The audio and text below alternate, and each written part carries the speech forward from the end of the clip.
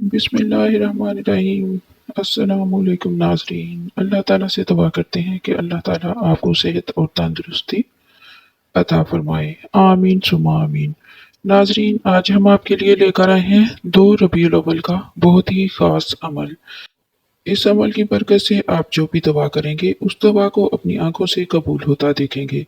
बाज़ बुजुर्गान दीन से मनकूल है, जो रबीउल अव्वल की दूसरी शब नमाज मगरिब के बाद 2 रकत नफल इस तरह से पढ़े कि हर रकत में सूरत फातिहा के बाद 3 बार सूरत इखलास पढ़े और नमाज से फारग होने के बाद 11 बार ये दुरूद शरीफ पढ़े। फिर बारगाह इलाही में अपने मकसद के हसूल के लिए दुआ मांगे, इंशाअल्लाह ताला दुआ कबूल होगी।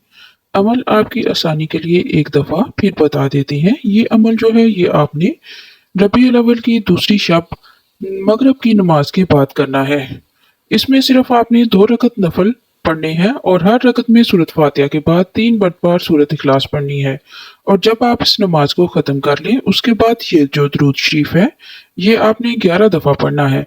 अमल मुकम्मल करने के बाद अल्लाह ताला से दुआ करें, नहायत तवज्जो, ध्यान और गिड़गिड़ा कर अल्लाह ताला से दुआ करनी है।